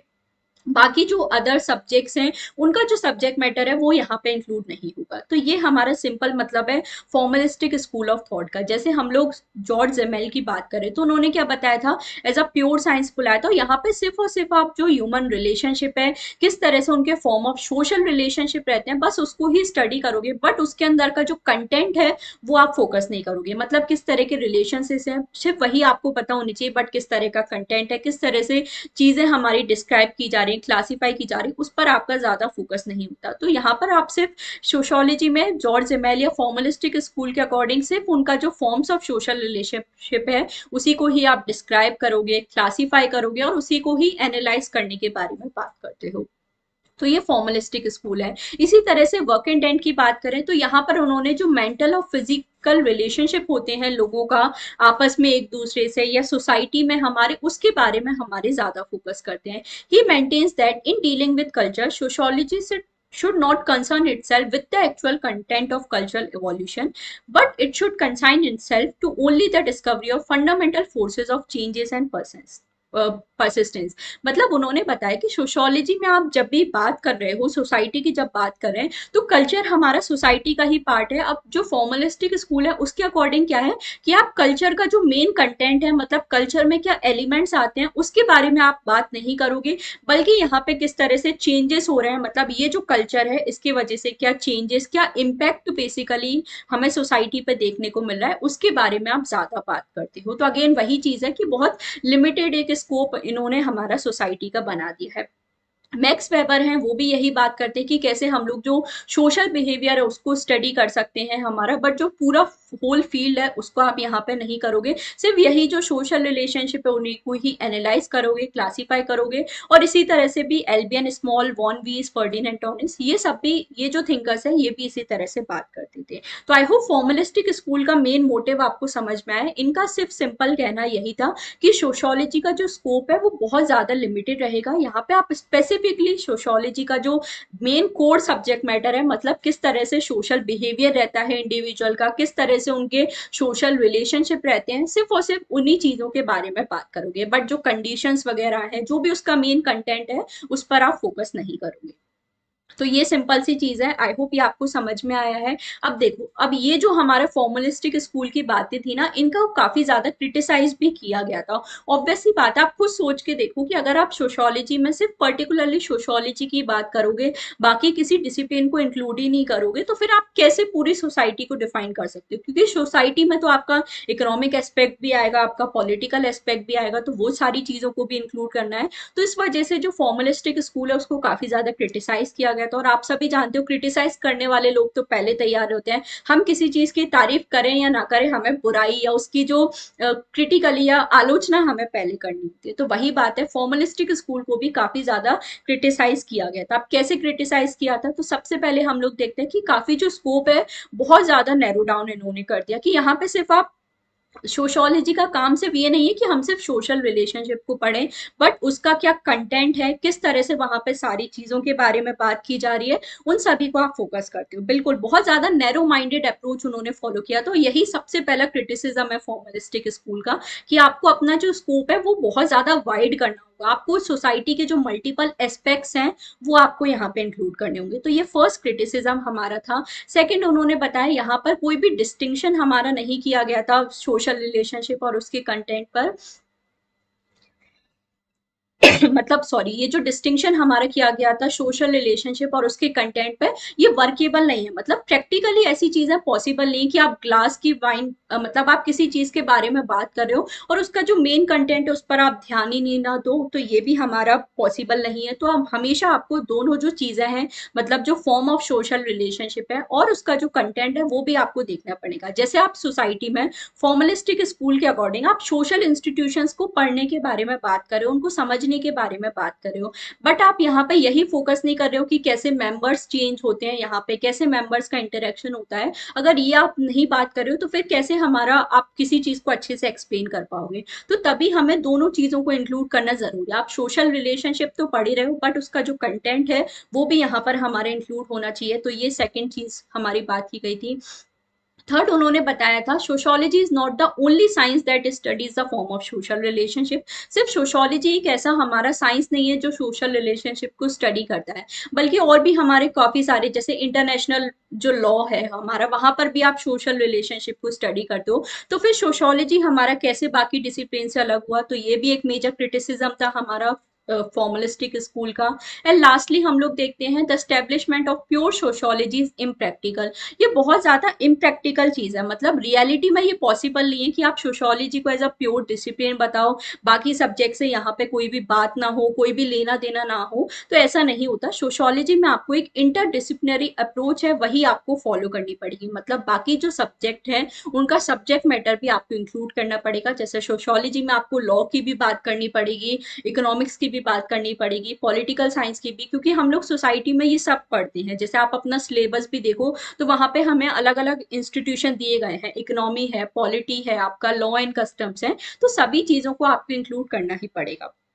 तो इसलिए ये जो फॉर्मलिस्टिक स्कूल है इसे काफी ज्यादा क्रिटिसाइज किया था। एंड इसको क्रिटिसाइज करके फिर हमारा आता है सिंथेटिक स्कूल। अब जैसे सिंथेटिक स्कूल आप नेम से ही समझ सकते हो, जैसे सिंथेटिक क्लॉथ होता है ना, तो वो क्या होता है, मिक्सचर होता है अलग अलग क्लॉथ का हमारा। उसी तरह से जो सिंथेटिक स्कूल है इनका बस मेन फोकस यही था कि सोशोलॉजी क्या है, सिंथेसिस ऑफ सोशल साइंसेस, मतलब अलग अलग जो डिसिप्लिन है, सब्जेक्ट है, सोशल साइंसेज है, उससे मिलकर हमारा बना है। तो सोशोलॉजी को, ये जो सिंथेटिक स्कूल के थिंकर्स थे, सोशोलॉजी को एज अ जनरल साइंस हमारे स्टेब्लिश करने के बारे में बात करते हैं। यहाँ पे आप सारे कैरेक्टर्स इंक्लूड करते हो। तो कौन कौन से थिंकर हैं जो सिंथेटिक स्कूल से हैं? सबसे इंपॉर्टेंट है हमारे one of the founding fathers Emile Durkheim, L T Hobhouse, Morris Ginsberg and Wilhelm Sorokin. ये फोर मेन थिंकर्स हैं हमारे इंपॉर्टेंट जो सिंथेटिक स्कूल को बिलोंग करते हैं। तो एक एक करके हम लोग ये जो सारे थिंकर हैं इनका व्यू पॉइंट भी समझ लेते हैं। But I hope synthetic school का बेसिक मीनिंग आपको क्लियर है। सिंथेटिक स्कूल यही फोकस करता है कि सोशोलॉजी का जो सब्जेक्ट मैटर है प्योरली सोशोलॉजी का नहीं है, बल्कि ये क्या है, एक इंटरडिसिप्लिनरी अप्रोच है या इंटरडिसिप्लिनरी डिसिप्लिन है आपका, कि आप बाकी जो सोशल साइंसेज हैं, सब्जेक्ट है, उनका जो सब्जेक्ट मैटर है, कंटेंट है, वहां पे किस तरह के रिलेशंस या आपको कंटेंट देखने को मिलता है, वो सारी चीजें भी आप इंक्लूड करते हो। तो ये हमारा किस में आ जाएगा, सिंथेटिक स्कूल में आ जाएगा। सिंपल सी चीज है। मेन आर्ग्यूमेंट उनका यही था कि सोशल लाइफ क्या है आपका इंटर रिलेटेड है। तो सिर्फ अगर आप एक एस्पेक्ट पढ़ो तो वो सही नहीं है, आपको सोशोलॉजी को एज अ जनरल और सिस्टमैटिक सब्जेक्ट है वो आपको एक्सप्लेन करना है। तो ये चीज है। सबसे पहले हम लोग यहाँ पे पढ़ते हैं एमाइल डर्कहाइम के बारे में। अब ये जो चीज है आपके लिए काफी ज्यादा इंपॉर्टेंट है और यहाँ से क्वेश्चन आपको डेफिनेटली बन सकता है, तो प्लीज इसे ध्यान से सुनिए एंड नोट डाउन भी कर लेना है। एमाइल डर्कहाइम की बात करें तो उन्होंने थ्री मेन डिविजन्स हमारे दिए हैं सोशोलॉजी के। सबसे पहले उन्होंने बताया है social morphology, social physiology and general sociology. तो ये आपसे पूछा जाता है कि डर्कहाइम ने किस तरह से सोशोलॉजी को डिवाइड किया है। तो थ्री फील्ड्स के बारे में डर्कहाइम बात करते हैं, social morphology, social physiology and general sociology. तो सोशल मॉर्फोलॉजी की अगर हम लोग बात करें तो ये बेसिकली आपका पॉपुलेशन से रिलेटेड होता है कि किस पर्टिकुलर एरिया में कैसे पॉपुलेशन है, हमारा कितनी डेंसिटी ऑफ पॉपुलेशन है, किस तरह से डिस्ट्रीब्यूशन है, क्या प्रॉब्लम्स है हमारी पॉपुलेशन की, जैसे पॉवर्टी वगैरह, ये सारी सिनेरियो चल रहा है। तो सोशल मॉर्फोलॉजी में बेसिकली आप यहाँ पे टेरिटोरियल बेसिस, मतलब किस एरिया में हमारी पॉपुलेशन है, कितनी डेंसिटी ऑफ पॉपुलेशन है हमारा, किस तरह से उनका डिस्ट्रीब्यूशन है, वो सारी चीजों के बारे में बात करते हो। सेकंड उन्होंने बात की थी सोशल फिजियोलॉजी, मतलब यहाँ पे जो अलग अलग ब्रांचेस हैं सोशियोलॉजी के, उन पर आप फोकस करते हो, जैसे रिलीजन है, मोरल लॉज है, इकोनॉमिक लाइफ है, लैंग्वेज है, मतलब ये क्या है, अलग अलग ब्रांचेस हैं सोशियोलॉजी के, तो इन पर आप फोकस करते हो। एंड जनरल सोशियोलॉजी की हम लोग बात करें तो यहाँ पर आप फोकस करते हो, जैसे डर्कहाइम का फेमस कंसेप्ट है सोशल फैक्ट, तो ये हम लोग डिटेल में पढ़ेंगे। जैसे सोशल फैक्ट क्या होता है, कुछ ऐसे रूल्स वगैरह जो हमारी सोसाइटी द्वारा बनाए जाते हैं, जैसे हर सोसाइटी में कुछ ना कुछ नॉर्म्स होते हैं, रूल्स एंड रेगुलेशंस होते हैं, तो इसे जनरली हम लोग क्या बोल सकते हैं, सोशल फैक्ट। तो ये जो जनरल सोशियोलॉजी है, डर्कहाइम के अकॉर्डिंग यही सोशल फैक्ट है, उनसे डील करता है। मतलब जो जनरल सोशल लॉज हैं जो आपकी सोसाइटी द्वारा बनाई गई हैं और जो इंडिविजुअल पे एक तरह से एनफोर्स की जाती हैं, लागू की जाती हैं, उसके बारे में हम लोग स्टडी करते हैं। तो डर्कहाइम ने 3 मेन डिवीजन हमें दिए हैं, social morphology, social physiology and general sociology. आपको एटलीस्ट ये जो 3 नेम्स हैं वो आपको याद रखना चाहिए, क्योंकि एमएसओ टाइप क्वेश्चन में इस टाइप की जो आपसे डायरेक्ट फैक्चुअल चीजें हैं वो पूछ ली जाती है। सेकंड थिंकर हमारे आते हैं मॉरिस जिन्सबर्ग, जिन्होंने भी अगेन जो सिंथेटिक स्कूल को बिलोंग करते हैं। अब मॉरिस जिन्सबर्ग की अगर हम लोग बात करें, इन्होंने सोशियोलॉजी को 4 ब्रांचेस में डिवाइड किया है। ध्यान रखना, एमआई डर्कहाइम ने 3 ब्रांचेस में डिवाइड किया था, मॉरिस जिन्सबर्ग ने 4 ब्रांचेस में डिवाइड किया। कौन कौन से हैं, सोशल मॉर्फोलॉजी, अगेन सेम ही है, सोशल कंट्रोल के बारे में बात की है उन्होंने, social processes and social pathology के बारे में मॉरिस जिन्सबर्ग बात करते हैं। तो सोशल मॉर्फोलॉजी में क्या आ जाएगा, अगेन वही आपका क्वांटिटी ऑफ पॉपुलेशन, किस तरह से आपके पॉपुलेशन का स्ट्रक्चर रहता है, सोशल ग्रुप रहते हैं, इंस्टीट्यूशंस रहते हैं, उसी के बारे में हम लोग बात करते हैं। सेकंड उन्होंने सोशल कंट्रोल के बारे में बात की है, किस तरह से हमारी सोसाइटी के जो लॉज होते हैं, आपका रिलीजन भी आपको एक तरह से कंट्रोल करने का काम करता है, आपकी सोसाइटी के जो इनफॉर्मल लॉज भी हैं, जैसे जो कस्टम्स वगैरह हैं, सैंक्शंस हैं, ये सब भी क्या करते हैं, आपको कंट्रोल करते हैं, सोशल कंट्रोल। तो सोशल कंट्रोल के बारे में उन्होंने, सामाजिक नियंत्रण के बारे में उन्होंने बात की है। एंड थर्ड हम लोग देखते हैं सोशल प्रोसेसेस, सोशल पैथोलॉजी, इसके बारे में बात की। सोशल प्रोसेसेस जैसे अभी मैंने आपको बताया था, आपकी सोसाइटी में कैसे कॉपरेशन होता है, कंपटीशन हम देखते हैं, कॉन्फ्लिक्ट होता है, एकोमोडेशन, एसिमिलेशन, ये सारे टर्म्स हम लोग कवर करने वाले हैं तो सोशल प्रोसेसेस के टॉपिक में। तो ये इन सारी चीजों के बारे में मॉरिस जिन्सबर्ग ने बात की। एंड फोर्थ फीचर उन्होंने बताया पैथोलॉजी, मतलब कैसे हमारी सोसाइटी में मेल एडजस्टमेंट, डिस्टर्बेंसेस होते हैं, जैसे आपकी सोसाइटी में पॉवर्टी है, बेगरी है, अनएम्प्लॉयमेंट है, तो ये सब क्या है, सोशल प्रॉब्लम्स हैं, तो इस पर भी हम लोग स्टडी करते हैं। तो मॉरिस जिन्सबर्ग ने 4 ब्रांचेस हमें दिए हैं, social morphology, social control, social processes and social pathology. तो ये जो सारे अलग अलग टाइप्स हैं, प्लीज इन्हें अच्छे से नोट डाउन कर लीजिए, ये आपसे पूछे जाते हैं, हैंडबुक में भी आपको मिल जाएगा, बाकी पीडीएफ भी आपके पास है, तो इससे भी आप रीड कर सकते हो।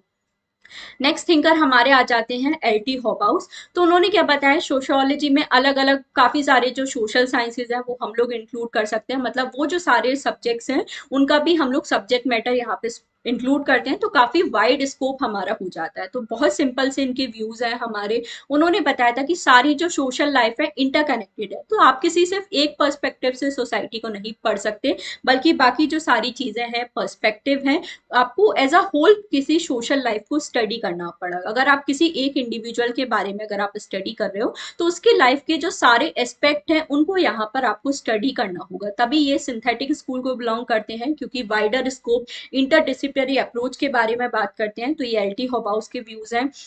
लास्ट हमारा आ जाता है पिथ्रिम सॉर्गेन। तो उन्होंने भी सेम वही चीज के बारे में बात की कि सोशियोलॉजी बाकी जो सब्जेक्ट है उनसे भी हमारा रिलेटेड होता है, तो आप सोशल फिनोमेना को एज अ होल स्टडी करते हो हमारे, और इन सारी चीजों के बारे में पिथ्रिम सॉर्गेन बात करते हैं। तो यहाँ पर ये जो हमारा स्कोप ऑफ सोशियोलॉजी है, इसमें हम लोग यही पढ़ते हैं कि सोशियोलॉजी क्या है, बहुत ज्यादा जनरल साइंस है, आप बहुत ज्यादा लिमिटेड एस्पेक्ट हमारा नहीं होना चाहिए सोशियोलॉजी का, बल्कि यहाँ पर इसका जो सब्जेक्ट मैटर है, बाकी जो अदर डिसिप्लिन है उनसे भी हमारे इंक्लूडेड होना चाहिए।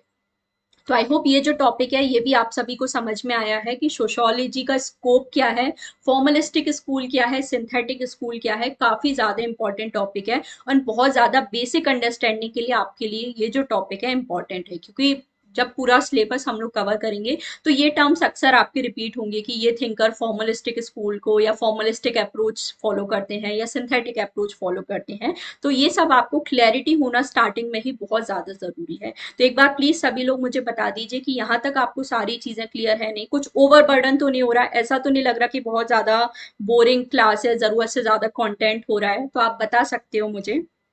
अभी तक सभी को सारी चीजें क्लियर है ना? तो आप मुझे एक बार बता दीजिए।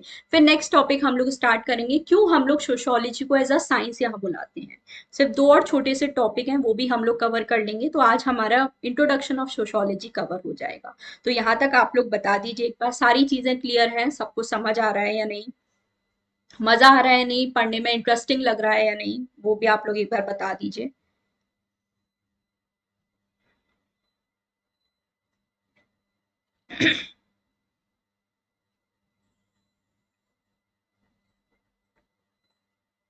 क्लियर है सभी को? एक बार प्लीज मुझे बता दीजिए।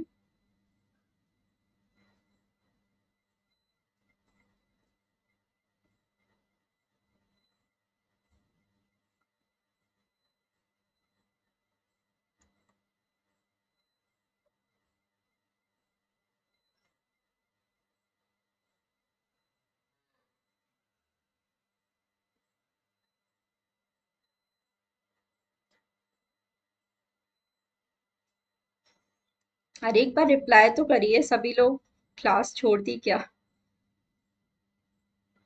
चलो, तो ये चीज आपको ध्यान रखनी है। नेक्स्ट हम लोग स्टार्ट करते हैं, सोशियोलॉजी को एज अ साइंस क्यों हम लोग बुलाते हैं, एक विज्ञान हम लोग क्यों बुलाते हैं। अब जब भी हम लोग साइंस की जब लोग बात करते हैं तो अक्सर किसी सब्जेक्ट को जब हम लोग साइंस बोलते हैं तो लोगों के माइंड में वही आता है कि एक लेबोरेटरी होगी जहाँ पे सारे एक्सपेरिमेंट चल रहे होंगे, सारी चीजें चल रही होंगी। तो हमेशा हम लोग उसे साइंस नहीं बोल सकते। सोशियोलॉजी को हम लोग साइंस क्यों बोलते हैं वो आपको समझना है, क्योंकि सोशियोलॉजी क्या है, ऑब्जेक्टिव चीजें यहाँ पे होती है, मतलब काफी हद तक फैक्ट्स के बेसिस पे सारी चीजें चलती हैं। सिस्टमैटिक प्रोसीजर होता है, एग्जामिनेशन होता है, असेसमेंट होता है। तो किसी भी सब्जेक्ट का डिसिप्लिन में अगर प्रॉपर सब्जेक्ट मैटर है, उसका एक सिस्टमैटिक प्रोसीजर यहाँ पर फॉलो हो रहा है, सिस्टमैटिक असेसमेंट, सारी चीजें हमारी चल रही है। सोशल रियलिटी, आप इंपीरिकल डेटा, मतलब आप खुद एक्सपीरियंस कर रहे हो चीजों को, प्रॉपरली क्लैरिफाई अगर कर रहे हो, तो उसे हम लोग साइंस यहाँ पर बुला सकते हैं। तो इसलिए हम लोग सोशोलॉजी को एज अ साइंस बोलते हैं। सबसे पहले तो आपको ये पता होना चाहिए। अब ऐसा नहीं कि सोशोलॉजी को आप नेचुरल साइंसेज से डायरेक्टली कंपेयर करो, तो ऐसा पॉसिबल नहीं है, क्योंकि ये चीज मैंने आपको बताई थी, बताया था स्टार्टिंग में ही, कि जब हम लोग नेचुरल साइंसेज की बात करते हैं तो वहां पे हमारी लोगों के मतलब जो थिंग्स हैं, ऑब्जेक्ट्स हैं, उनके पास कॉन्शियसनेस नहीं होती। बट सोशल साइंस की जब हम लोग बात करते हैं तो लोगों के पास कॉन्शियसनेस है, मतलब सोचने समझने की क्षमता है, कैपेसिटी है, ताकत है। तो इसलिए हम लोग सोशोलॉजी को एज अ सोशल साइंस बोलते हैं, ना कि नेचुरल साइंस। अब जब हम लोग साइंस की अगर बात करते हैं तो अगर किसी चीज का वेरीफाइड नॉलेज है, जो आप साइंटिफिक इन्वेस्टिगेशन से अगर आप गेन कर सकते हो, तो उसे आप साइंस बुला सकते हैं। तो सोशोलॉजी का भी अपना एक नॉलेज है जो हम लोगों ने खुद एक्सपीरियंस करके, सारी चीजों को ऑब्जर्व करके डेवलप किया है, तो इसलिए सोशोलॉजी को साइंस बोलते हैं। A method of study where a body of organized and verified knowledge is discovered, एक पर्टिकुलर मेथड भी होता है, एक विधि होती है जिसके थ्रू आप सारी चीजों को समझ सकते हो, स्टडी कर सकते हो। तो ये दोनों फीचर हमें सोशोलॉजी में देखने को मिलते हैं, इसलिए आप सोशोलॉजी को एज अ साइंस बुलाते हो।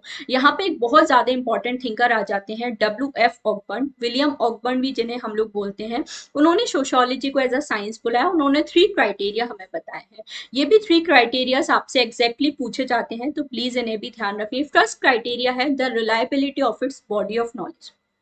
यहाँ पे सबसे इंपॉर्टेंट चीज है, रिलायबिलिटी होनी चाहिए। सपोज आप किसी चीज के बारे में सर्च कर रहे हो, तो रिलायबिलिटी का कीवर्ड आप सभी जानते हो, उसका मतलब होता है कंसिस्टेंसी। मतलब कोई चीज अगर लगातार बार बार रिपीट हो रही है, सेम तरीके से वो चीजें हमें देखने को मिल रही हैं, तो आप उस पर क्या कर सकते हो, रिलाई कर सकते हो। जैसे मैं आपके लिए डेली क्लासेस लेकर आऊं, तो आप क्या करोगे, फिर मुझ पर रिलाई, मतलब एक तरह से विश्वास आप करने लगो कि हाँ, डेली क्लासेस हमें मिल रही हैं, अच्छा कंटेंट हमें मिल रहा है, तो ये जो पर्सन है इस पर हम लोग बिलीव कर सकते हैं। तो सेम वही चीज साइंस में भी होती है कि अगर कंसिस्टेंटली आपको कोई चीज देखने को मिल रही है, आपका जो नॉलेज है उस पर आप रिलाय कर सकते हो, मतलब वो कंसिस्टेंटली आपको वैसा देखने को मिला, आप उस पर विश्वास कर सकते हो, तो उसे हम लोग साइंस बोल सकते हैं। प्रॉपर ऑर्गेनाइजेशन होता है एंड प्रॉपर मेथड भी आप फॉलो करते हो। तो ये जो 3 क्राइटेरियाज हैं, विलियम ऑकबर्न ने हमें बताया है, इनका नेम आपसे डायरेक्टली पूछा जाता है, क्राइटेरियाज पूछे जा सकते हैं, तो ये चीज भी आपको नोट डाउन करनी है।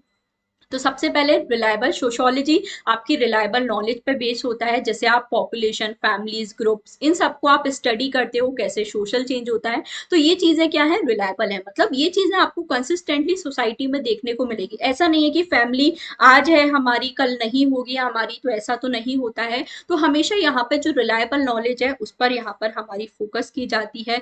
सेकंड हम लोग देखें साइंसेस को क्या होना चाहिए, ऑर्गेनाइज्ड होना चाहिए। जैसे सोशियोलॉजी की बात करें तो यहाँ पे ऑर्गेनाइज वे में सारी चीजें चलती हैं, मतलब लोगों का प्रॉपर इंटरेक्शन होता है, आपस में इंटर रिलेशनशिप होता है लोगों के बीच में।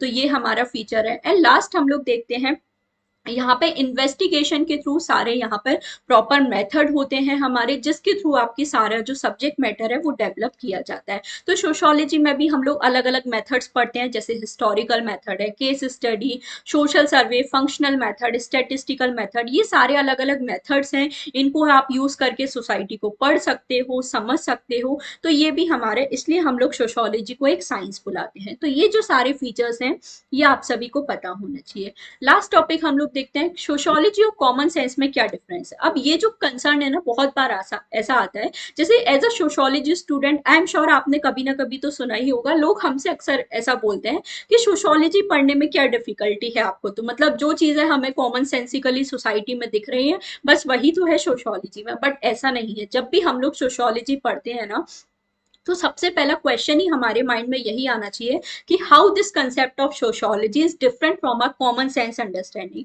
आप जो चीजें कॉमन सेंसिकली जिस चीज को जिस तरह से देख रहे हो, बट एज अ सोशियोलॉजिस्ट आपका पर्सपेक्टिव बहुत ज्यादा डिफरेंट हो सकता है। जैसे हम लोग देखें सोसाइटी एंड सोशियोलॉजी में क्या डिफरेंस है। सोसाइटी एक पार्ट है हमारा सोशियोलॉजी में, society and sociology are completely different thing. Society हमारा एक तरह से वेब ऑफ रिलेशनशिप है, या एक तरह से कम्युनिटी हम लोग बोल सकते हैं, बट सोशियोलॉजी एक डिसिप्लिन है जहां पर आप सोसाइटी के बारे में स्टडी करते हो। तो सोसाइटी एक एलिमेंट है हमारा सोशियोलॉजी का, एंड सोशियोलॉजी एक सब्जेक्ट है, सोसाइटी सब्जेक्ट नहीं है। तो ये एक डिफरेंस है हमारा सोसाइटी एंड सोशियोलॉजी में। आई होप ये आपको क्लियर है। तो सोशियोलॉजी और कॉमन सेंस की अगर हम लोग बात करें, जैसे मैं आपको एग्जांपल दूं, जैसे यही जो हम लोग एग्जांपल कई बार देख लेते हैं, अगर आप किसी जनरल पर्सन से पूछोगे ना सोसाइटी क्या है, तो वो आपको सिर्फ यही बोलेंगे सोसाइटी एक ऐसा प्लेस है जहां पर लोग रहते हैं हमारे, जिनका कॉमन टेरिटरी है, चलो एटमैक्स वो आपको बोल देंगे बस। बट एज अ सोशियोलॉजिस्ट हम लोग बहुत अलग तरीके से सोसाइटी को डिफाइन करते हैं। जैसे मैंने आपको स्टार्टिंग में बताया, सोसाइटी में सिर्फ पॉपुलेशन है, मतलब ग्रुप ऑफ पीपल है, वो तो चलो है ही, बट उनका एक कॉमन हिस्टोरिकल बैकग्राउंड है, कॉमन कल्चर है लोगों का, लोगों के बीच में सोशल रिलेशनशिप हमें देखने को मिल रहा है। जब हम लोग कॉमन सेंस की बात करते हैं ना, तो कभी भी आप यहाँ पर इस चीज की बात नहीं करोगे हमारे, ये कॉमन साइंस नहीं होगा, कॉमन सेंस होगा। ये मैं थोड़ा सा बाद में करेक्ट कर दूंगी। सामान्य ज्ञान यहाँ पर होना चाहिए। तो सोसाइटी हमारे अकॉर्डिंग हम लोग ये जो अलग अलग एस्पेक्ट है ना, ये भी सारे स्टडी करते हैं। तो ये हमारा काफी मेजर डिफरेंस है, ये आप सभी को पता होना चाहिए कि सोशियोलॉजी हमारा कॉमन सेंस से बहुत डिफरेंट है। जैसे मैं आपको एक और एग्जांपल दूं, चिपकू मूवमेंट के बारे में आप सभी ने सुना होगा। अब चिपकू मूवमेंट के बारे में जब आप सुनते हो, अगर आप किसी नॉर्मल पर्सन से चिपकू मूवमेंट के बारे में यही पूछोगे, तो वो आपको ये हमारा एग्जाम्पल दे सकता है कि चिपकू मूवमेंट हमारा एनवायरमेंट कंजर्वेशन के लिए मूवमेंट था, जहां पे लोगों ने ट्रीज को हक किया था, उन्हें जो भी ऑफिशियल्स थे उनको प्रोटेक्ट करने के लिए, एनवायरमेंट को प्रोटेक्ट करने के लिए ये हमारा मूवमेंट था।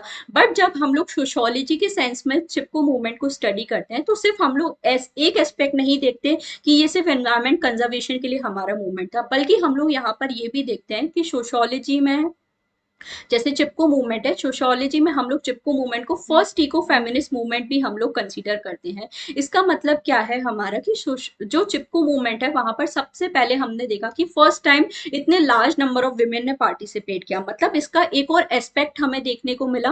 तो सोशियोलॉजी की जब हम लोग बात करते हैं ना, हमेशा हम लोग ये पढ़ते हैं कि कोई भी इवेंट जो हमारी सोसाइटी में हो रहा है, इसका इंडिविजुअल्स पर या सोसाइटी पे क्या इम्पैक्ट पड़ रहा है, प्रभाव हमारा क्या पड़ रहा है। यहाँ पर आप कोई जो चीज है उसके फैक्चुअल कंटेंट से ज्यादा इसी पर फोकस करते हो कि इसकी वजह से सोसाइटी पे क्या इम्पैक्ट पड़ेगा, सोसाइटी में क्या बदलाव आया। इसलिए हम लोग सोसाइटी को या सोशोलॉजी को हमारे कॉमन सेंस नॉलेज से अलग रखते हैं। तो ये फीचर है जो आप सभी को यहाँ पर पता होना चाहिए। तो ये पता होना चाहिए। कॉमन सेंस जो व्यूज होते हैं वो हमारे लिमिटेड एक्सपीरियंस या नॉलेजेस पर बेस होते हैं। जैसे आप जिस माहौल में रहे हो, आपने आसपास अपने जिस एनवायरनमेंट को देखा है, आप बचपन से जहां पर पले बड़े हो, आपका जो थॉट प्रोसेस है या आपकी जो नॉलेज है वो भी कहीं ना कहीं वैसी ही हो जाएगी। जैसे अगर कोई पर्सन है, वो हमेशा से नॉर्थ वाले एरिया में रहा है, मतलब जहां पर बहुत ज्यादा स्नो होती है, पोलर रीजन्स में अगर आप रहे हो, आपने कभी वो माहौल ही नहीं देखा है हमारा कि जहां पर सनलाइट भी निकलती हो हमारे, आपने हमेशा से वही स्नो पोलर रीजन्स देखे हैं, तो आप ये जो बाकी की सोसाइटी है उसको कभी उतने अच्छे से समझ ही नहीं पाओगे। तो इसलिए हमारा जो कॉमन सेंस व्यूज है ना, वो आपकी लिमिटेड एक्सपीरियंस, मतलब आपने जो चीजें लाइफ में एक्सपीरियंस की है, फेस की है, उसी पर बेस रहता है। बट जब हम लोग सोशोलॉजी की बात करते हैं, तो यहाँ पर आप सारे अप्रोच को स्टडी करते हो, सारे क्वालिटेटिव क्वांटिटेटिव एस्पेक्ट पे आप फोकस करोगे। सिर्फ एक ही लिमिटेड व्यू पॉइंट से आप चीजों को नहीं समझते, बट एज अ होल आप सारे पर्सपेक्टिव से चीजों को समझते हो। तो ये डिफरेंस है हमारा कॉमन सेंस एंड सोशियोलॉजी में। नेक्स्ट बात करें, आपका जो कॉमन सेंस व्यू होता है वो आपके ट्रेडिशन एंड कस्टम पे बेस्ड होता है। जैसे आप जिस सोसाइटी में रहे हो, आपका जिस तरह से अपब्रिंगिंग रहा है, आपने जिस तरह के रूल्स एंड प्रोसीजर्स अपने फैमिली में देखे हैं, अपने आसपास सोसाइटी में देखे हैं, आपकी भी मेंटेलिटी कहीं ना कहीं वैसी होगी। बट हम लोग सोशियोलॉजी में हर चीज को चैलेंज करने के बारे में सोचते हैं, हर चीज के अलग अलग पर्सपेक्टिव को हम लोग फोकस करते हैं। तो ये चीज हमारे जो ट्रेडिशंस कस्टम्स हैं उनको भी चैलेंज करते हैं कि क्यों ये पैटर्न फॉलो हुआ जा रहा है। तो इसलिए हमारा सोशियोलॉजी डिफरेंट है कॉमन सेंस से। लास्टली हम लोग देखें, कॉमन सेंस आपके पर्टिकुलर टाइम या प्लेस से रिलेटेड हो सकता है, किसी कल्चर स्पेसिफिक हो सकता है। बट सोशियोलॉजिकल व्यूज में हम ये जो सारी चीजें हैं, डिफरेंट पर्सपेक्टिव हैं, स्टीरियोटाइप्स हैं, वो इंक्लूड करते हैं। और कॉमन सेंस व्यू कभी भी क्रेडिबल या रिलायबल नहीं होता। क्रेडिबल वर्ड का मतलब क्या होता है? ट्रस्ट वर्दी होना, मतलब जिस पर आप विश्वास कर सको। आपका जो कॉमन सेंस व्यू है वो कभी भी ट्रस्ट वर्दी नहीं होगा, क्योंकि वो आपका सब्जेक्टिव ओपिनियन है, वो हर किसी का अलग अलग हो सकता है। जैसे मेरा जो कॉमन सेंस नॉलेज है वो अलग होगा, सामने वाले का, किसी और पर्सन का जो कॉमन सेंस नॉलेज है वो हमारा यहाँ पर अलग हो सकता है। तो ये चीज ऐसी हमारी नहीं होनी चाहिए। सारे जो भी पर्सन है उनका व्यू पॉइंट है वो सब हमारा सबका अलग अलग होता है, इसलिए आप कॉमन सेंस नॉलेज को कभी भी ट्रस्ट नहीं कर सकते। तो इसलिए सोशियोलॉजी पे हम लोग फोकस करते हैं, क्योंकि वो प्रॉपर एक्सपीरियंस से, रिसर्च से, साइंटिफिक इन्वेस्टिगेशन से हमारा डिसिप्लिन डेवलप हुआ है, तो वो ट्रस्ट वर्दी हमारे लिए होता है। तो ये मेजर डिफरेंस था हमारा। लास्ट हम लोग देखें, सोशियोलॉजिकल व्यूज रिसर्च वगैरह पे बेस होते हैं, तो इसलिए आपकी क्रेडिबिलिटी और वैलिडिटी यहाँ पर हाई होती है। They believe that all information must be tested and analysed in relation to the data at hand. तो सोशियोलॉजी में आप हर चीज को टेस्ट करते हो, एनालाइज करते हो, और फिर सारी चीजें आप उसके थ्रू समझते हो। तो मुझे बता दीजिए सारी चीजें आपको क्लियर है या नहीं, कुछ भी डाउट है, कंफ्यूजन है, तो वो आप बता सकते हो, और कुछ भी आपको डिस्कशन करना हो। बाकी मैं आप लोगों को यहाँ पे एक लिंक भी शेयर कर रही हूँ, तो उसके थ्रू आप जो टेलीग्राम ग्रुप है वो भी ज्वाइन कर सकते हो।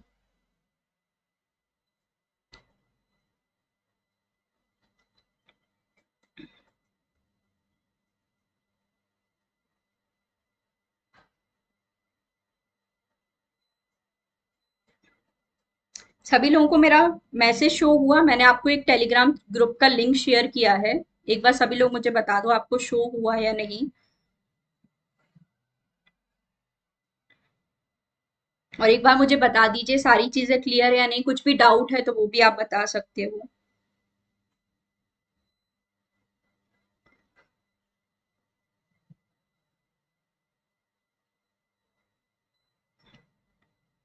अब आपके जो भी एक्स्ट्रा डाउट है वो आप पूछ सकते हो।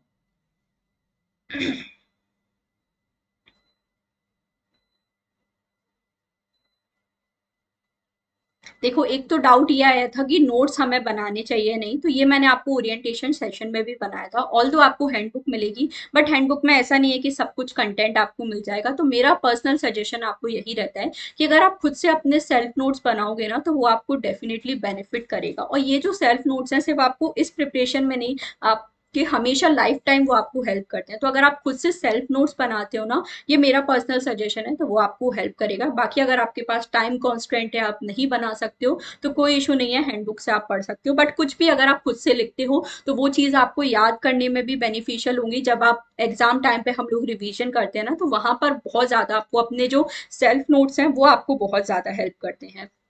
तो ये चीज आप कर सकते हो। बाकी हैंडबुक भी आपको बहुत जल्दी मिल ही जाएगी, आई होप आपको डिलीवर डिलीवर हो जाएगी।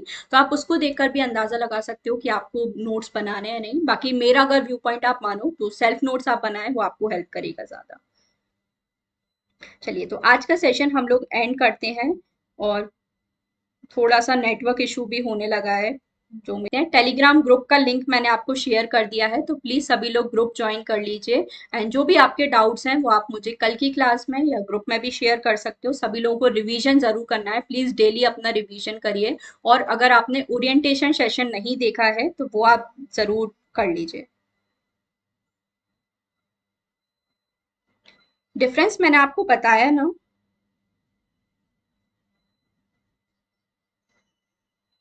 डिफरेंस मैंने आपको बताया, सोसाइटी एंड सोशियोलॉजी में यही डिफरेंस है। सोशियोलॉजी एक सब्जेक्ट है और सोसाइटी जिसमें हम लोग सोसाइटी के बारे में स्टडी करते हैं, तो सोसाइटी एक हमारा एलिमेंट है जिसके बारे में हम लोग सोशियोलॉजी में स्टडी करते हैं।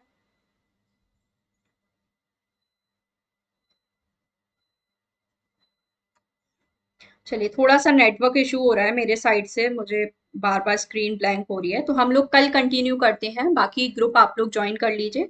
जो भी आपके डाउट्स है उसमें पूछ सकते हो। कल भी हम लोग सेम टाइम पर मिलेंगे, 12:15 PM पर। आज का सेशन यहीं तक रखते हैं। और thank you so much for joining the session. And जो भी स्टूडेंट है प्लीज सभी लोग ट्राई करिए लाइव क्लासेस अटेंड करें, जितना हो सके क्लास को इंटरेक्टिव रखिए, तो आपके लिए भी अच्छा होगा, मेरे लिए भी। क्लास का जो पीडीएफ है वो अभी आप क्लास के 10 मिनट्स बाद डाउनलोड कर सकते हो। ये जो आप क्लास आपको दिखेगी ना, इसी के नीचे आपको ये जो चैट का ऑप्शन आपको दिखता है, उसी के पास आपको डाउनलोड पीडीएफ का भी ऑप्शन दिख जाएगा। अभी क्लास के 10 मिनट बाद चेक करना। तो पीडीएफ भी आप डाउनलोड कर सकते हो, उससे भी आप रिवीजन कर सकते हो। चलिए, तो thank you so much for joining the session. बाकी कल हम लोग मिलेंगे सेम टाइम पर। Thank you so much.